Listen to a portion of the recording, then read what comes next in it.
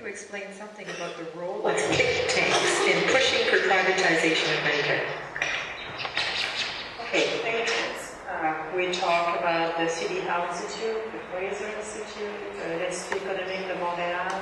They're right-wing, but they're think tank, left-wing think tank, the CCPA, it is incorrect, that produced recently this paper about universal pharmacare program in the country. What is their role? This is un rôle occulte. It's always difficult to see that. I just read a master's thesis of a student at the University of Montréal who tried to understand who were the strong lobbyists and their link to healthcare. And the conclusion was that they are powerful and they do influence political decisions.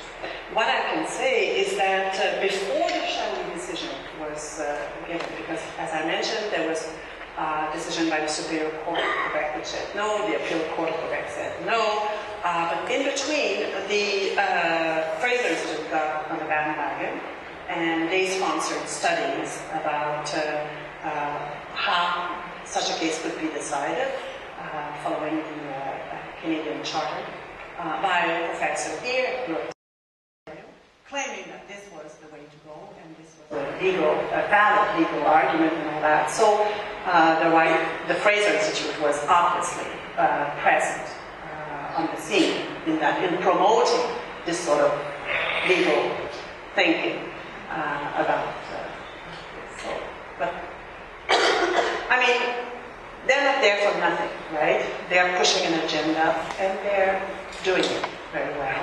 And we also, you probably know that Chaoulli started as an individual, but he was supported. Right? He did fellowship of the Institut économique de Montréal following the winning of his case. He went touring as a hero in the States, to show what freedom could mean, right? We could free Canada from the Medicare and all that. So yes, the right-wing think tank. It's kind of interesting that Dr. Chaoulli's interested in his own freedom. In the meantime, he expects us all to be colonized. Another question. In cataract correction, there are 3 levels of artificial lens quality. A lot of people wouldn't know this.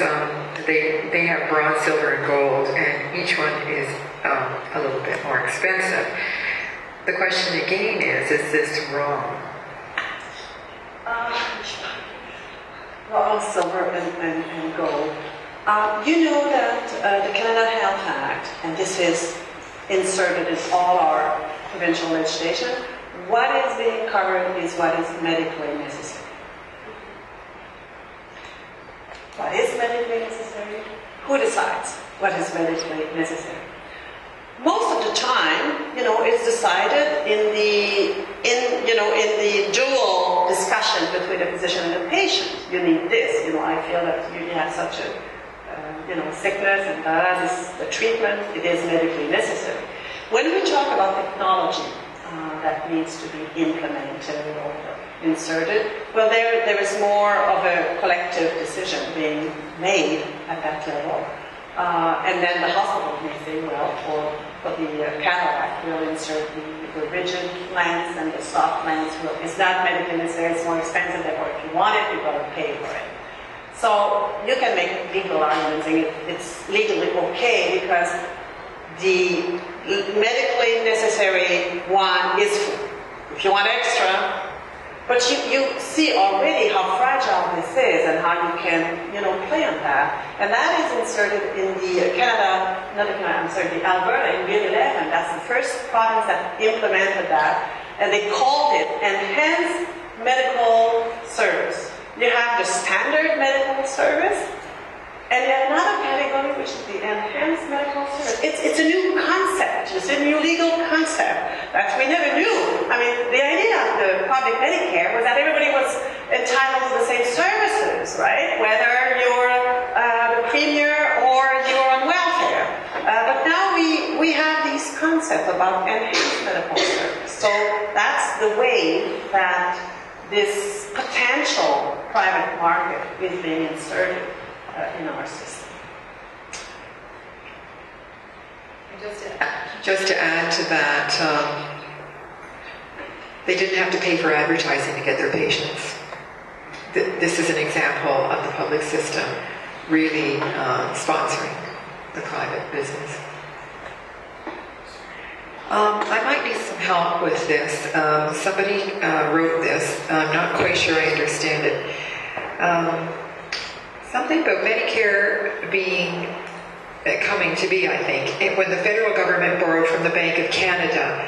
And in 1974 that changed because there was a federal amendment that started borrowing from the private banks, which led to compound interest. Could we solve the budget crunch for health by reinstating the former system of federal government borrowing from the Bank of Canada? Does anybody want to own that question and just help us out a little bit with this question? Sure. Between 1938 and 1974, the federal government, borrowed from the Bank of Canada. They did all sorts of incredibly useful things like putting in the St. Seaway, as well as things like building 401.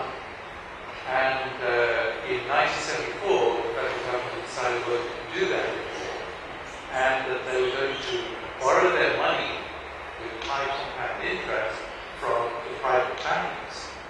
Now, you know what has happened to the debt ever since. What I'm really wondering is if we went back to the old system we had, could we really solve our financial crunch, including healthcare? That's interesting. I had never thought of it as linked to Medicare, but you're right. I mean, but your question, deals with the overall situation of our governments, right? And the way our public funding is actually sponsoring and subsidizing heavy, lucrative private enterprises like banks, right? That's what you're saying, aren't you? And is that a correct use of our public funding? That's a big question. I don't have an answer to that. But I like the fact that you raise it, because it brings to us again the observation that, we say we spend a lot of money on public services and Medicare costs us too much. Well, let's have a look at how much money we pour into lucrative private enterprises. Nobody ever questions that. That's what you're doing. So thank you for raising that. We have two more questions, and they have some. They have a same theme, basically. How do we resist this and try to gain back, gain back what we've lost? And what are some of the steps that people can do to help preempt the privatization of healthcare? Well, one of the things I wanted to ask you tonight is that you've learned a lot tonight. There's been a lot of information here, and you just can't digest it all in just this evening. You do need to read about it again and to think about it again, and we are going to summarize it and put it on our website. And if you put your email on this list, we're going to mail it to you. So number one, we're going to try and reinforce your understanding and information that you received tonight, because that's what we do.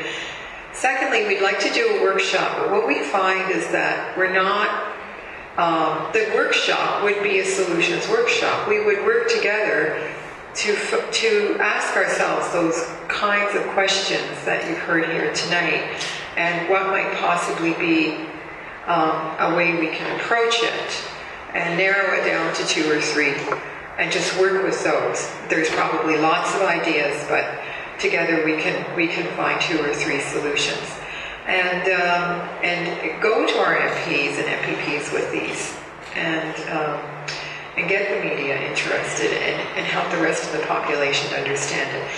So just for my own planning, just out of curiosity, if we did a workshop and invited you